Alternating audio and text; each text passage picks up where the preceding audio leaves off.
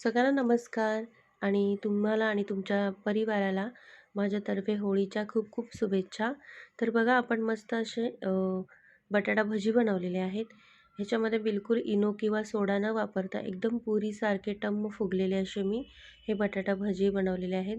बघा आतूनही एकदम छान असे बटाटा पण पूर्ण शिजलेला आहे आणि लेयर पण छान आलेले आहेत बघा बेसनाचं. तर व्हिडिओला स्किप नका करू.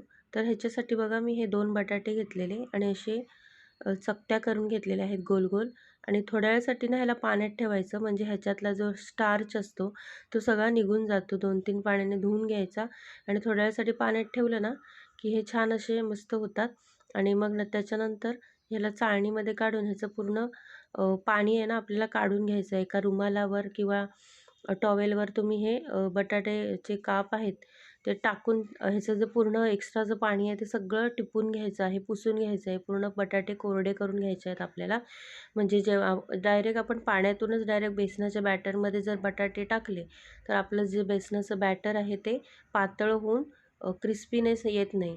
तर ह्याच्यासाठी बघा आपल्याला एक बॅटर बनवायचं आहे. त्याच्यासाठी मी बेसन घेतलेलं आहे. त्याच्यानंतर मी हे तांदळाचं पीठ वापरणार आहे, म्हणजे कुरकुरीतपणा येण्यासाठी. आणि ही मिरची आणि लसणाची मी अशी पेस्ट बनवून घेतलेली होती. तुम्ही मिरचीचे तुकडे जरी वापरले तरी चालेल. तर ही पेस्ट बनवलेली मी आणि चवीनुसार मीठ टाकलेलं आहे. आणि आता किंचित आपण हळद पण वापरणार आहे आणि थोडीशी काश्मीरी लाल तिखट रंगासाठी आणि थोडासा ओवा घेतलेला मी अर्धा चमचा. तो असा हातावर असं चोळून मग तो ह्याच्यामध्ये टाकायचा, म्हणजे पोटाला बाधत नाही आपल्याला. आणि आता छान असं घट्टसर असं आपण बॅटर बनवून घ्यायचं आहे.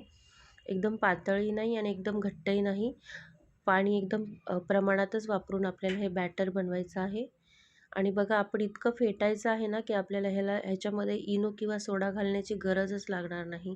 इतकं छान फ्लफी होतं हे बॅटर. तर त्याच्यासाठी आपल्याला भरपूर असं हे बॅटर ना म्हणजे स्मूथ टेक्स्चर येईपर्यंत छान असं मिक्स करायचं आहे. एकाच साईडला आपण ह्याच्यामध्ये म्हणजे असं गोल गोल फिरवून ना ह्याच्यामध्ये हवा भरली जाते. त्याच्याने जे आपलं बॅटर आहे ते एकदम असं हलकं होतं आणि आपण जी भजी बनवणार आहोत त्याच्यावरती कोटिंग पण व्यवस्थित लागते. तर बघा याप्रमाणे आपण हे सगळं बॅटर असं बनवून घेतलेलं आहे. बघा जास्त पातळही नाही आणि जास्त घट्टही नाही, इतपत आपल्याला हे बॅटर बनवून घ्यायचं आहे. तर आपलं बॅटर व्यवस्थित झालं आहे का नाही ते चेक करण्यासाठी आपण एक चमचा घ्यायचा आहे.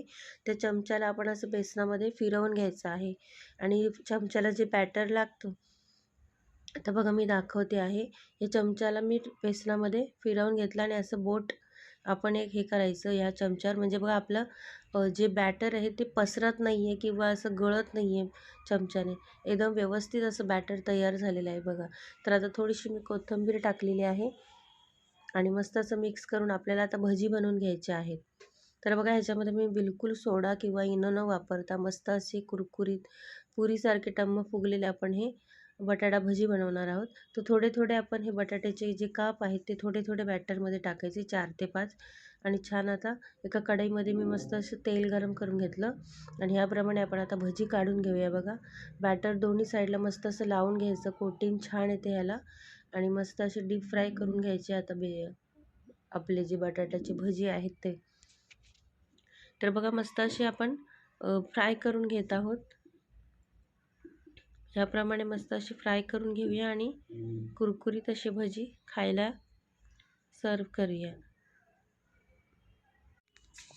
तर बघा बॅटर जर व्यवस्थित बनवलं ना तर एकदम कोटिंग चांगली लागते आणि भजी आपले छान होतात. तर बघा थोडेसे असे भजी फुगलेले पण आहेत. हे बघा पुरीसारखे असे फुललेले आहेत बघा छानपैकी. तर ह्याप्रमाणे आपण सगळे भजी अशी फ्राय करून घेऊया आणि एका चाळणीमध्ये काढून घेऊया, म्हणजे याचं एक्स्ट्रा जे तेल आहे ते सगळं निघून जाईल. तर ह्याप्रमाणे मी सगळे भजी अशी फ्राय करून असे काढून घेतलेले आहेत. तर बघा आता आपण भजी शेवटची जी बॅच तळताना मी मिरच्या पण तळून घेतल्या. भजींबरोबर मिरच्या नसेल तर मग थोडंसं अधुरं अधुरंच वाटतं. तर त्याच्यासाठी मी बघा मिरच्या पण तळून घेतल्या आणि खूप छान लागतात मिरच्या खायला. तर बघा आपण मस्त अशा मिरच्या पण सर्व करूया. हे सॉसबरोबर किंवा चटणीबरोबर तुम्ही खाऊ शकता. तर काल होळी होती त्याच्यासाठी मी ही भजी बनवलेले होते. तर बघा मस्त आपण हे सगळं तेल निथळून काढूया ह्याचं आणि एका चाळणीमध्ये आपण हे काढून घेऊया. तर बघा एक्स्ट्राचं तेल निथळून जाण्यासाठी आपण चाळणीत काढून घेतलेले आहेत आणि मस्त अशी टम्म फुगलेले पुरीसारखे भजी तयार झालेले आहेत, बटाटा भजी. तर तुम्हाला माझी रेसिपी कशी वाटली नक्की सांगा आणि चॅनलवर जर नवीन आला असेल तर सबस्क्राईब करा. पुन्हा एकदा तुमच्या सगळ्यांना होळीच्या खूप खूप शुभेच्छा. तुमचा आजचा दिवस खूप आनंदात जावो ही स्वामीचरणी प्रार्थना. तर चला आता आपण पुन्हा एकदा नेक्स्ट व्हिडिओमध्ये भेटूया. तुमच्या सगळ्यांचे खूप खूप धन्यवाद. श्री स्वामी समर्थ.